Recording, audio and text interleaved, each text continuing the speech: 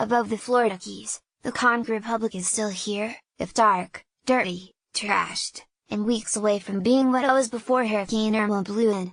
It wasn't devastated because, for some reason, this massive storm punched below its weight. This was a Category 4 hurricane on the Saffir-Simpson wind scale as it rolled into the Keys.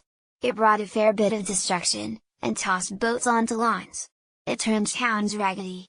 But a tour of Southwest Florida and the Florida Keys on Monday afternoon by air suggests that the squirky storm spared the state the kind of direct, punishing violence that residents had dreaded. A Coast Guard C-130 transport plane carrying 2 U.S. senators, a congressman and a handful of journalists left from the Coast Guard Air Station in Opelika, just north of Miami, for the 2-hour tour of hurricane damage. At 2,000 feet, the journey offered no chance for a granular diagnosis, but the big picture was clear. Southwest Florida and its huge population of retirees emerged relatively unscathed. The storm severely battered some of the small and fragile Keys.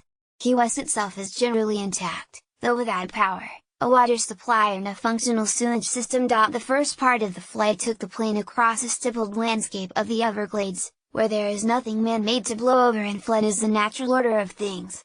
Then the boomtown retirement community of Fort Myers came into view.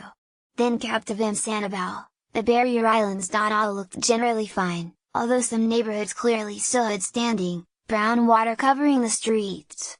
Coast Guard Admiral Peter Brown pointed toward a golf course that had been badly flooded. Too many water hazards for the golfers at this point. The Gulf of Mexico looked like churning mud water. Inland canals and waterways were oddly dark, bordering on inky. But overall, it wasn't a scene of destruction. This is the result of the new building codes, which is a lesson we learned from Hurricane Andrew, said the senior U.S. Senator from Florida, Bill Nelson. He noted that there was a smattering of cars driving on unflooded streets far below. Many palm trees had been stripped of their fronds, as if given military haircuts. Asked what Florida, with its explosive population growth, can do to be prepared for the next hurricane, Nelson said, "Don't weaken the building codes." He was flanked by Senator Marco Rubio, R., and Representative Carlos Curbelo, R., who represents the Keys. Curbelo said that so far there has been bipartisan support in Congress for storm relief for Texas and Florida after Hurricanes Harvey and Irma. "So far, so good," he said. But Nelson, referring to emergency funding, said that $15 billion for Texas and Florida will only get us to mid-October. Rubio said local governments are going to be strained and will need assistance. Rubio said that he thought the decision by Governor Rick Scott, R., to order millions of people to evacuate South Florida well in advance of Irma's landfall was the right one. He brushed off any suggestion that officials had been overly alarmist in describing Irma. "You can't wait until 2 hours before it hits to tell people to move," Rubio said. "I don't know how else to talk about a Category 4 hurricane that's about to hit multiple metropolitan areas." The plane flew across the murky waters of Florida Bay, and Marathon Key came into view. It showed more property damage. The plane turned to the lower Keys, and now the scene was more like what you'd expect from a hurricane: houses exploded, debris everywhere, boats tossed around, mobile homes on their sides. The plane set down on Boca Chica, at the Naval Air Station.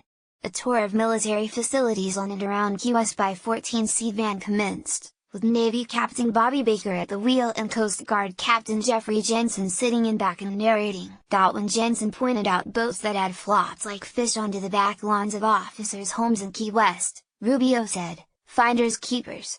Much of the military housing is old-fashioned concrete block construction that did well with 4 feet of storm surge. New metal roofs, an upgrade, protected the buildings from Irma's winds. Damage appears primarily superficial. Jensen rode out the storm in Key West, at the Marriott beachfront. He said all his people have been accounted for. In town, about 4,000 of Key West citizens stayed in town despite a mandatory evacuation order. Conchs are stubborn people. Many have never left the Keys for years, said Nicole Rapanos, a staffer for Curbelo. They know it takes forever to get back in. And there is no getting back in yet. Roadblocks have been set up to prevent vehicle traffic from the mainland onto the overseas highway.